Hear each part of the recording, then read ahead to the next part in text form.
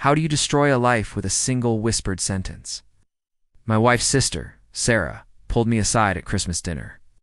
Her eyes filled with a terrifying mix of pity and fear, and said something that shattered my world. She leaned in close, the scent of pine and roast turkey thick in the air, and whispered the truth I never wanted to hear. A truth that would burn my entire life to the ground.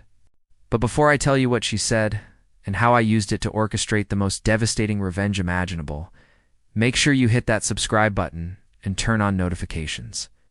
You won't want to miss how this story ends. Our story, or what I thought was our story, began 10 years ago in Chicago.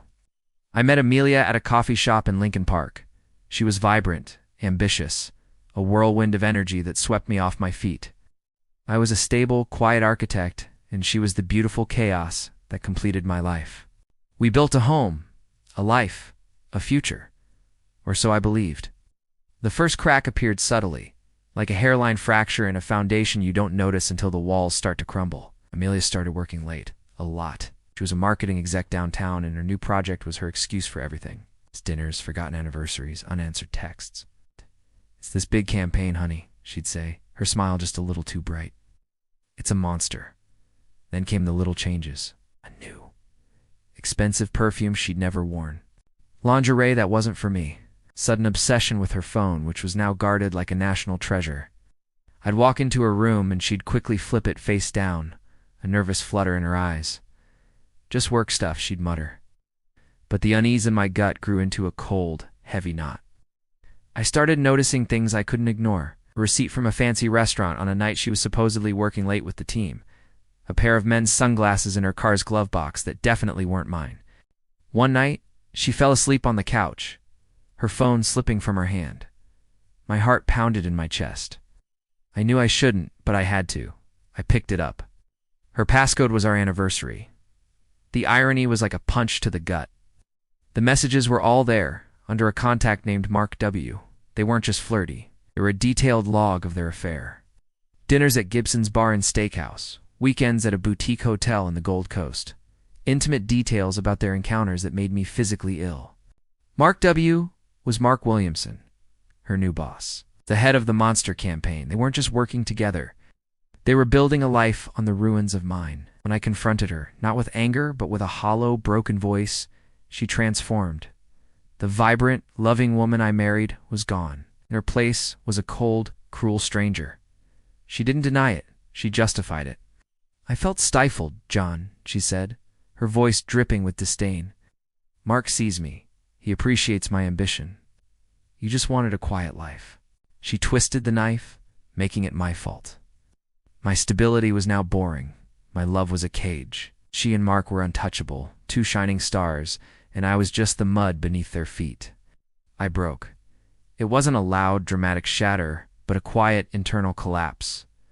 I spent weeks and a daze, a ghost in my own home. I'd sit in my office, staring at blueprints, but all I saw was her laughing with him. All I heard was her voice on the phone, whispering things to him she used to whisper to me. They were so smug, so confident. I saw them once, leaving her office building on Wacker Drive, laughing as he put his arm around her. They didn't even try to hide it anymore. That was the moment something inside me shifted. The grief and pain began to cool, hardening into something else, something cold, sharp, and patient. Revenge. I didn't want to just leave her. I wanted to dismantle her life, piece by piece, just as she had dismantled mine. I became a different person. On the outside, I was the defeated husband, playing along with her narrative. I agreed to counseling. I listened to her lies. I pretended to be trying to win her back. But secretly, my mind was a whirlwind of strategy. I was an architect, after all. I build things. And I also know how to tear them down, foundation and all. My first move was information. I hired a private investigator, a discreet professional who documented everything. Photos of them checking into hotels. Recordings of their conversations in public places. Financial records showing company funds being used for their business trips that were actually romantic getaways. The evidence was irrefutable, a mountain of deceit. Next, the legal trap. I consulted a divorce attorney, one of the sharpest in Chicago. We found a clause in her employment contract about fraternization and misuse of company resources. Mark Williamson, as a senior partner, was in serious violation. Amelia was complicit. Then came Christmas. The big family dinner at her parents' house. It was the perfect stage. Everyone was there. Her parents, who adored me, her siblings, her extended family. Amelia was glowing, smug, playing the part of the devoted wife while texting Mark under the table. I saw it all. That's when her sister Sarah pulled me into the hallway.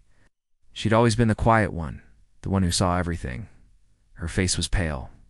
"John," she whispered, her voice trembling, "I can't watch this anymore. Amelia's pregnant. She told me last week. She said it's Mark's, and she's planning to leave you after the holidays." That was it. It's the final piece of the puzzle. It wasn't just an affair. It was a complete replacement. A new life, a new family built on my ashes. I smiled at Sarah, a cold, empty smile. "Thank you for telling me," I said. "Don't worry. I'll handle it." I went back to the dining room. I let them finish their dessert. I waited until her father proposed a toast to family and happiness. Then I stood up. I clinked my glass.